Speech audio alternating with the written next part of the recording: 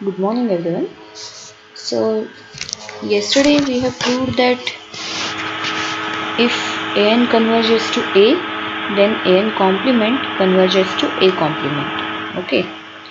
So, today we'll be using that result to actually solve the homework that I had already given you. Okay. So, what I know so far is if n is an increasing sequence of sets, this is known to us. So, if an is an increasing sequence of sets, increasing, we can also call it non-decreasing sequence of sets, then we know that an converges to union of an.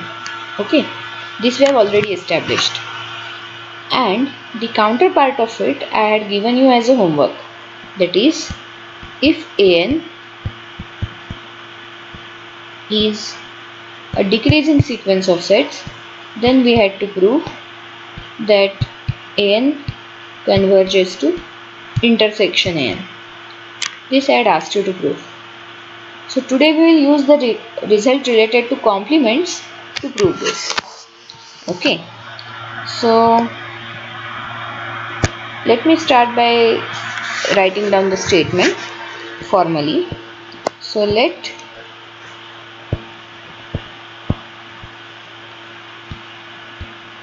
an n greater than or equal to 1 be a sequence of non-increasing, because we have already proved for non-decreasing. So non-increasing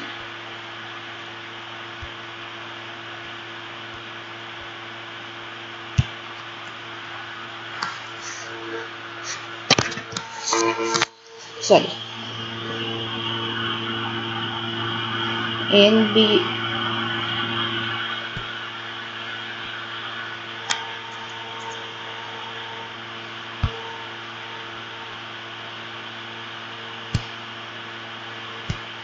okay.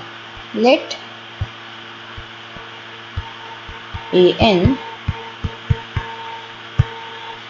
be a non-increasing sequence of sets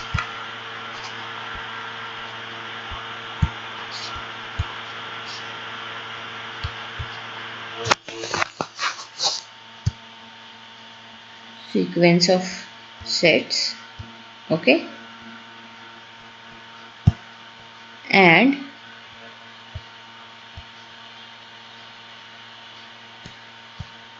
then what we want to prove is actually an converges to intersection an. Okay, this is what we want to prove. So what I know is an is a non-increasing sequence of sets. So what do I mean by that? Let me draw a picture. So non-increasing means decreasing. So a1 is the biggest one. So suppose this is a1, this is a2, this is a3. For the time being, let me focus on only 3 sets. Now what is a1 complement?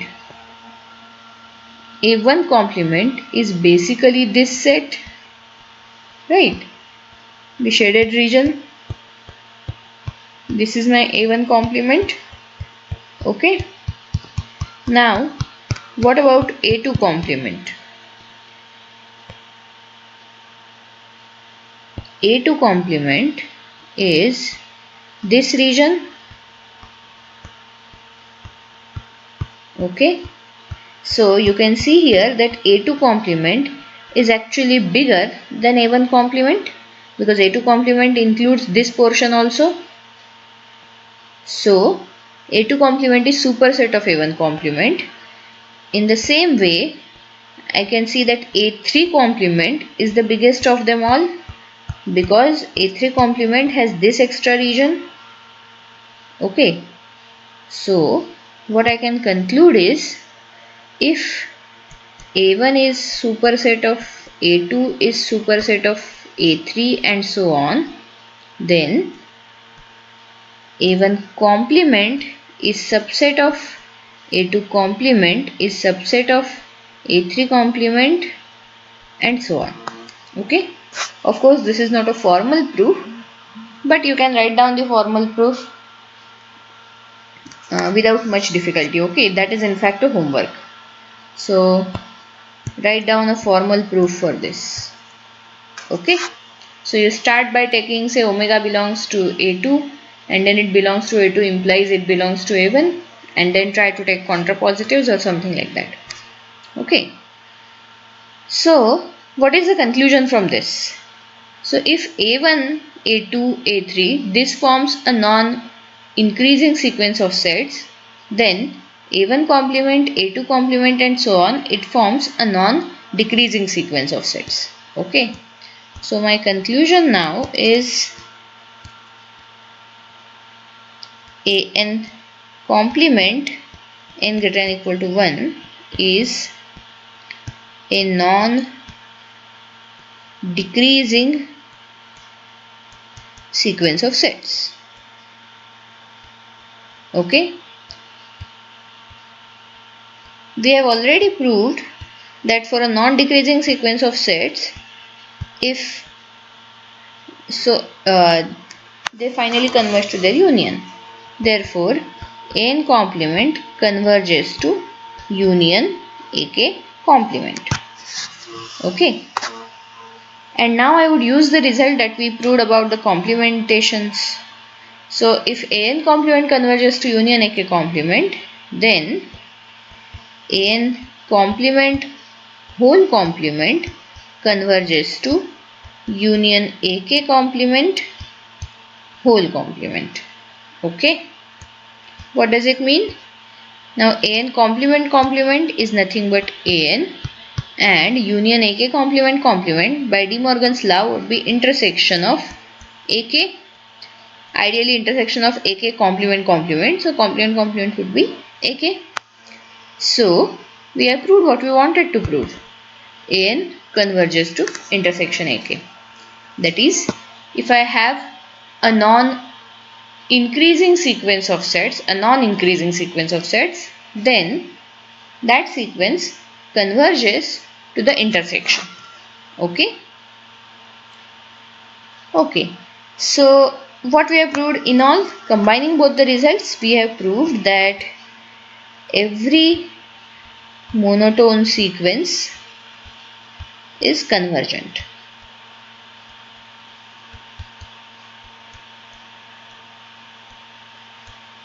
Okay, that is my conclusion. Every monotone sequence is convergent, because if it's a monotone increasing sequence, it converges to the union of all sets.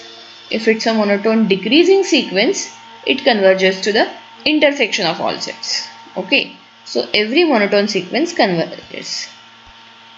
Now, a natural question that arises is the converse true? Means, is every convergent sequence monotone? Okay, so that is the question that we have. So, is every convergent sequence monotone? See, in real numbers also we know that if you have a monotone increasing sequence and if it is bounded above, it converges. Similarly, for monotone decreasing sequence, if it's bounded below, it converges. But still we know that every convergent real sequence need not be monotone. Okay. Can you give me some example? Okay, good. So one example can be, say, -1 raised to n upon n for real sequences. Okay. So we know that for odd n's this would be -1 by n. For even n's this would be +1 by n. So basically it's an oscillating sequence having negative and positive terms alternately. But we also know that finally the size of the oscillations goes on reducing and it converges to 0. Okay. So we know that at least in real sequences, every convergent sequence need not be monotone. So we will try to give an example, a similar thing in the sequence of sets. Okay, so what can I consider? So let me consider a closed interval. Okay, wait a second. Yeah, let n greater than or equal to 1 be a sequence of sets such that at least one ak is non-empty.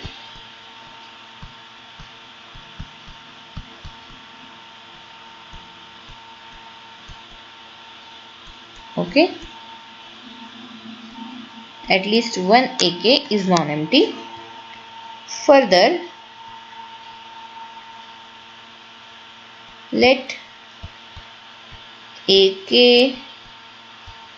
intersection am be empty for every k not equal to n.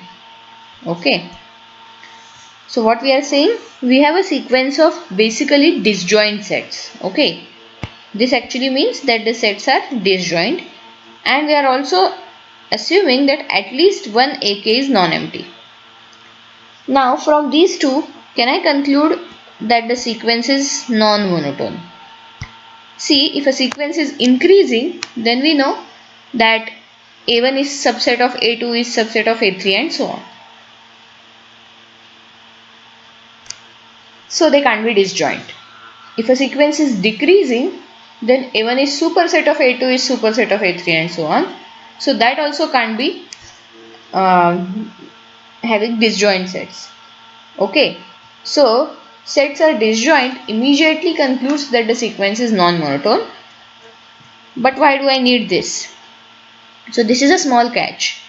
If suppose all the sets are empty, then even though they are disjoint, that sequence can still be considered as monotone, because every set is empty means I can say every set is subset of other. So basically I can call it as monotone increasing or monotone decreasing.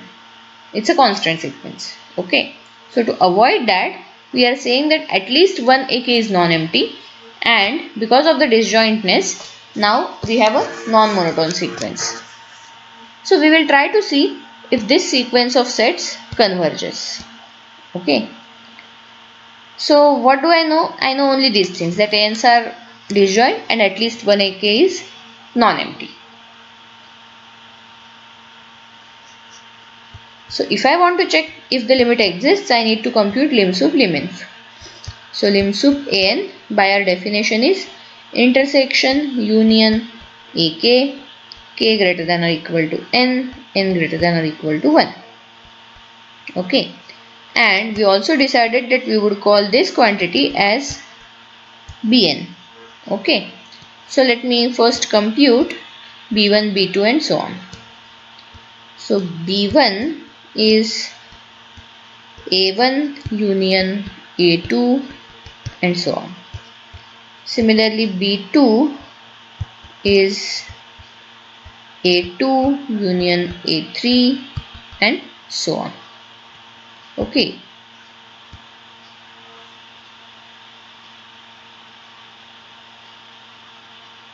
Now I finally know that lim sup n is intersection of all these bn's. Okay. So I need to see if all these bn's have something in common. Okay. Intersection over all bn's means if I want to claim that this intersection is non-empty, I should prove that there is at least one element which is common to all bn's. So let us see if that happens. So consider some omega belonging to some bk naught. Omega belongs to bk naught means omega belongs to a1 union a2 union a3 and so on up to ak naught. I am just writing down definition of Bk naught. Okay. So this implies omega belongs to Ai for, actually, okay fine, let me write at least one I less than or equal to K naught. Okay. Omega belongs to Ai for at least one I less than or equal to K naught. Now, we already know that AIs are disjoint. So, when I say at least one, I also know that it is going to be actually exactly one, because AIs are disjoint. Okay. So, this means that omega belongs to AI for exactly one I less than or equal to K naught. Let that I be I naught. Okay, I will call that I as I naught. So this means omega belongs to A I naught for some fixed I naught in the set of natural numbers. Okay, omega belongs to A I naught for some fixed I naught in the set of natural numbers. Is it okay? So what is the conclusion from this? Now, if I consider again the disjointness, this means omega does not belong to any AI if I is strictly less than I naught. Okay, in fact, omega does not belong to any AI if I is strictly greater than I naught also, because they are disjoint. Okay, so omega does not belong to AI for any I less than I naught. This would mean omega does not belong to A1 union A2 union A I naught minus 1. Okay, omega does not belong to A1 A2 up to A I naught minus 1. Okay, so this means omega does not belong to union AK, K going from 1 to K going from 1 to I naught minus 1, and this is nothing but our definition of B I naught minus 1. Okay, so what we have concluded is, if omega belongs to Bi naught, then omega cannot belong to Bi naught minus 1. Okay, and this is basically true for every I naught. If omega is in some Bi naught, then omega cannot be in Bi naught plus minus 1. As a result, I cannot find any omega which is common to all the Bi's. Okay, I cannot find any omega which is common to all the Bi's. Hence, we conclude that intersection of Bk or Bn, whatever you want to call, is an empty set. Okay, so my conclusion is lim sup of An is actually an empty set. Okay, lim sup of An is an empty set. Now, what can I say about liminf?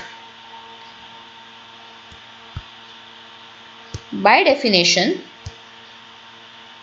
liminf of An would be union intersection AK, K greater than or equal to N, N greater than or equal to 1, and we know that this thing we call as Cn. Okay, so let me compute C1. So C1 is A1 intersection A2 intersection A3 and so on, And because we know that all the A's are disjoint, C1 is obviously phi. Similarly, C2 would be A2 intersection A3 and so on. So C2 would also be phi. So in general, actually, I can conclude that every Cn is phi, because every we have mentioned in the statement that An and AK intersection Am is empty for every k not equal to M. So if you take any two AIs, their intersection is non-empty. As a result, if you take many AIs, their intersection is going to be further a subset of intersection of a pair, sorry. So that is also going to be empty. Okay. So Cn is phi for every n, and hence union of Cn's is also an empty set. Okay. So what we have concluded is lim_sup and lim_inf both are empty sets, and therefore limit An in this scenario is an empty set. Okay. So if you have a sequence of disjoint sets, its limit is, I'm sorry,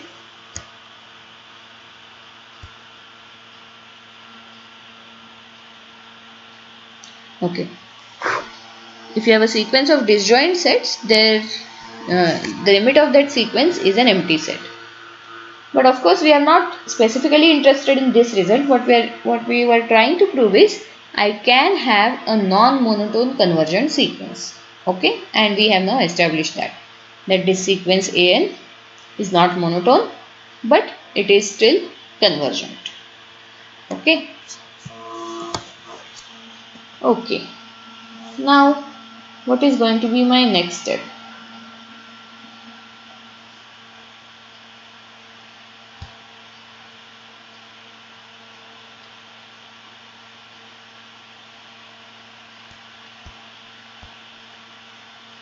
So, what is the homework for you? So, my next step is homework. Try to get a sequence of non-empty, non-disjoint sets.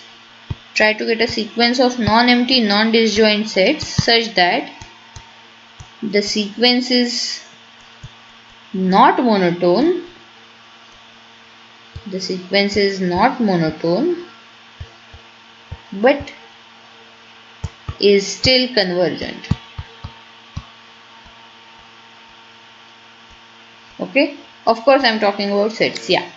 Get a sequence of non-empty, non-disjoint sets such that the sequence is not monotone but is convergent, because the example that we saw just now applies only for disjoint sets.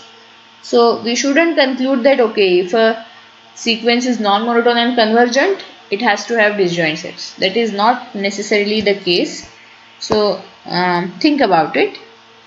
If you can't figure out anything, hint is something like this. So you may construct some sets, something like this. Let me. So this is a set 1, this is a set 2, this is a set 3, and something like this. And finally, you may be able to find a common area here. Okay, which is kind of like limit. Okay, everything is suppose shrinking. This is just a hint. Okay, try to see if you can find something like that. Okay. So now we have used lim_sup, lim_inf for a couple of times. So can we study them a bit further? Okay. So what do I know from the definition of lim_sup or lim_inf? So lim_sup of An we saw is intersection union AK, k greater than or equal to n, n greater than or equal to 1. So what can I say about elements which are in lim_sup? Because lim_sup is after all again a set. Okay. So if omega belongs to lim sup of an, what does it mean? It means omega belongs to intersection n greater than or equal to 1, union k greater than or equal to n, ak. This is my first step, and we know that this is in Bn in our notation. So this would basically mean omega belongs to intersection over Bn's, which means omega belongs to Bn for every n. Okay, omega belongs to Bn for every n. If omega belongs to Bn for every n, it means omega belongs to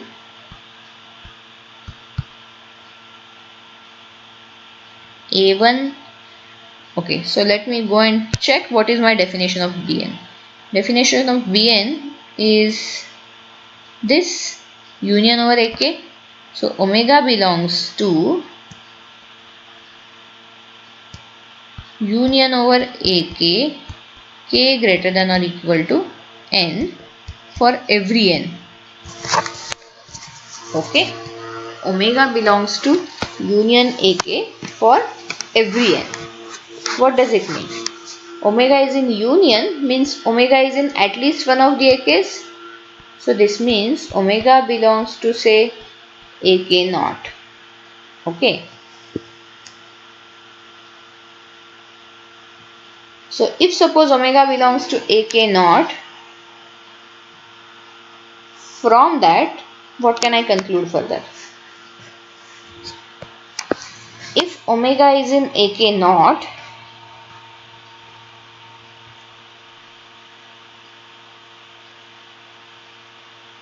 does it mean that omega is not in any other Ak's?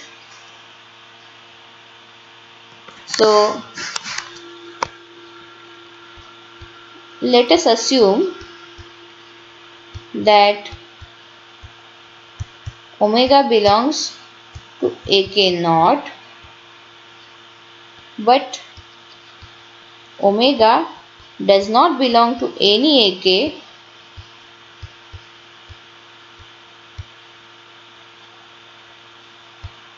for which k is greater than k naught.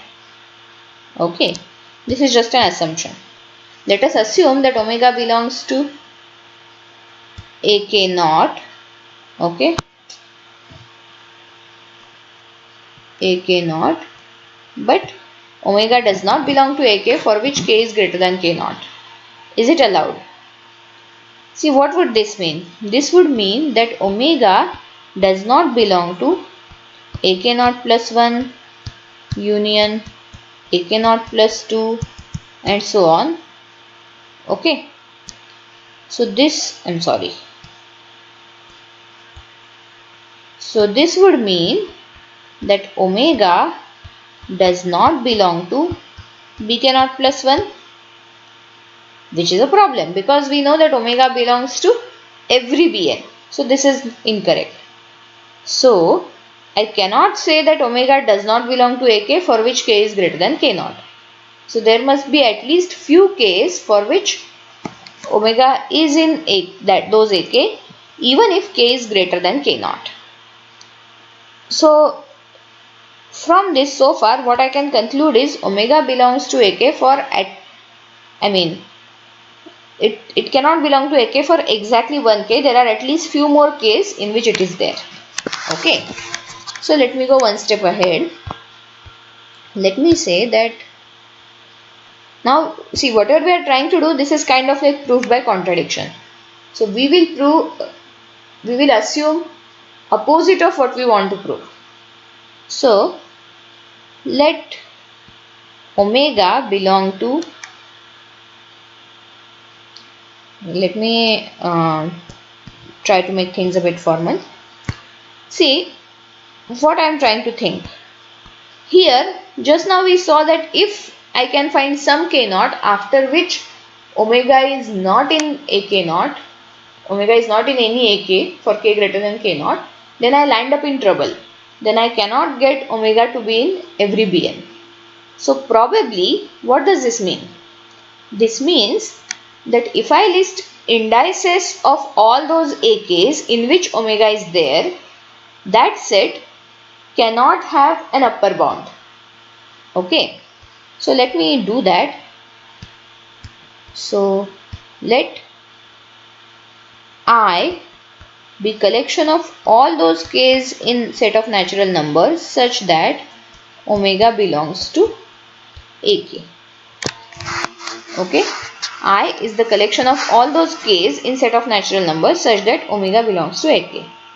We already know that I is not non-empty because omega belongs to every Bn and Bn is union of many Ans. So omega belongs to at least one An. So I is non-empty. That much we know. Now I is a subset of natural numbers. So if I is finite, means if there are only finitely many k's such that omega is in AK, then I would have an upper bound, the largest entry, right? So if, wait a minute, so if I is finite, that is if omega belongs only to finitely many AIs, then I has maxima or the largest element, say K1. I has the largest element, say K1. So this would mean omega does not belong to any AK for K greater than K1, because K1 is supposed to be the largest index where omega belongs. So omega does not belong to AK for any K greater than K1. So again by earlier logic, this would mean omega does not belong to union AK if the union starts after K1. So K greater than or equal to K1 plus 1. So this would mean omega cannot belong to B K1 plus 1, which is a contradiction because we know that omega belongs to every Bn. Therefore, I cannot be finite.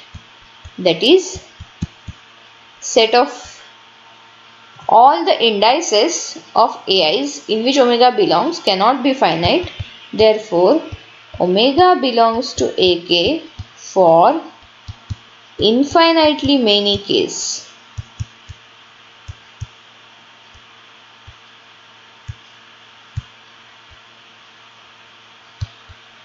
Omega belongs to AK for infinitely many k's.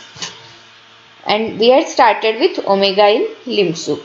So, therefore, limb soup of An is basically collection of all those omegas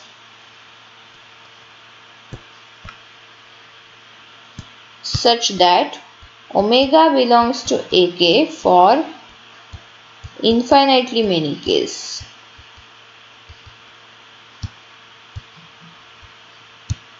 Right now actually I have proved only one way, means I have proved that limb soup is subset of this, but the reverse way is also true, means I can just retrace the steps. So if omega belongs to AK for infinitely many k's, then I cannot be finite. So which means that whichever k you take, suppose omega belongs to some AK, you can always find some K1 such that K1 is larger than K and omega is in AK1. As a result, omega would be in Bn for every n and omega would be in intersection Bn. Okay. So this is for limb soup. Thus, limb soup is a collection of all those elements which occur in infinitely many AKs. Now what about lim-inf?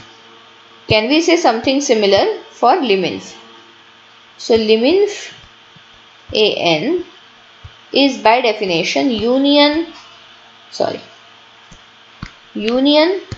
intersection AK, K greater than or equal to N greater than or equal to 1. And of course we know this is Cn. So omega belongs to lim_inf an would mean omega belongs to union Cn. Omega belongs to union Cn. So if omega belongs to union Cn, then omega belongs to Cn for at least one n.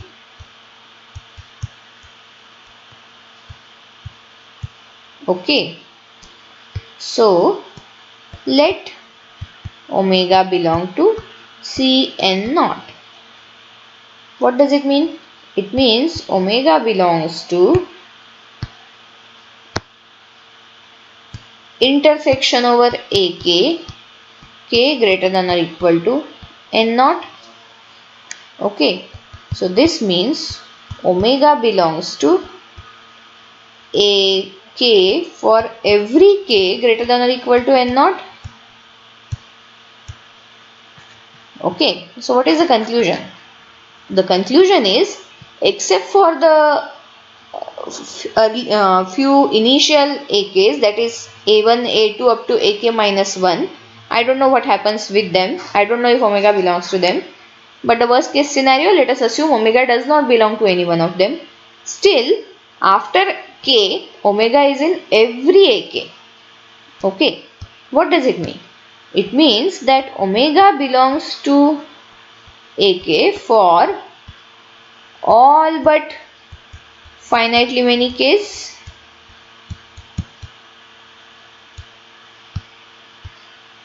Okay, omega belongs to ak for all but finitely many k's. This is our conclusion. Hence, lim_inf is a collection of all those omegas such that omega belongs to ak for all but finitely many k.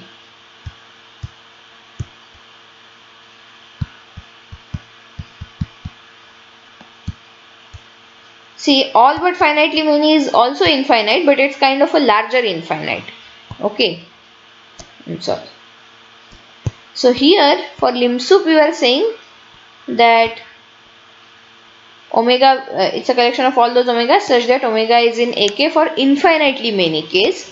So of course, if omega is in ak for all but finitely many k's, it automatically has omega for infinitely many ak's. Okay, so from these two we can conclude that lim_sup an is subset of lim_inf an, because this collects all those omegas which are occurring all but finitely many times, whereas this collects all omegas which are occurring in infinitely many ak's. Okay, if you don't like this, you can still try to prove via the actual formal proof. So consider omega belonging to lim_inf an. Omega belongs to lim_inf an would mean that omega belongs to union intersection ak, k greater than or equal to n, n greater than or equal to 1. Okay, so this means omega belongs to, if this we were calling as Cn, so omega belongs to union Cn means omega belongs to Cn for at least 1 k. Okay, omega belongs to Cn for at least 1 k, which means omega belongs to intersection ak, k greater than or equal to n for at least 1 n. Okay, so this means omega belongs to an at least 1 n, let me call it as say n naught. So omega belongs to an naught intersection an naught plus 1 and so on. So omega belongs to ak for every k greater than or equal to n naught. This much we have concluded. Okay, Now what can I say from this about BNs? So omega belongs to AK for every k greater than or equal to n naught. What was my definition of Bn? Bn was union over k greater than or equal to n AK. Okay. So from this, can I conclude that omega belongs to union AK for every n? I know it's a bit hard to digest. So let me try to explain. See, omega belongs to AK for every k greater than or equal to n naught. So let me first try to say whether omega is in B1. Okay. So maybe let me erase this. So what is my definition of B1? B1 is A1 union A2 and so on. So somewhere here you would have an naught and then you would have an naught plus 1 and so on. So what we know is omega belongs to AK for every k greater than or equal to n naught, means omega is in each of these AIs. As a result, omega is in the entire union also. So omega belongs to B1. Okay. Now, because this is true for every k greater than or equal to n naught, because this doesn't stop at any k, whichever bi you take, it is going to have some. So if you take say b k naught, okay, if you take b k naught is starting from a k naught union a k naught plus 1 and so on, but still omega will be there because omega is in every AK. Even if you start from some k beyond k naught, still omega is there because omega is in every AK. Okay. So what is the conclusion?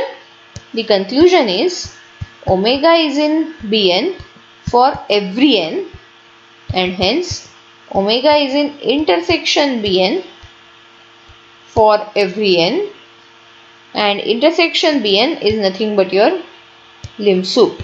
So omega is in lim sup An for every n, therefore lim inf An is subset of lim sup of An in general. Okay, in general lim inf An is subset of lim sup An, and in the case that they are equal, it turns out to be the limit.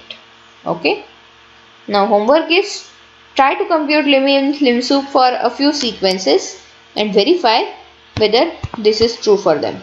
Okay, compute their lim sup, compute their lim inf, and check whether lim sup in that case is a subset of lim inf. Okay, I will stop here.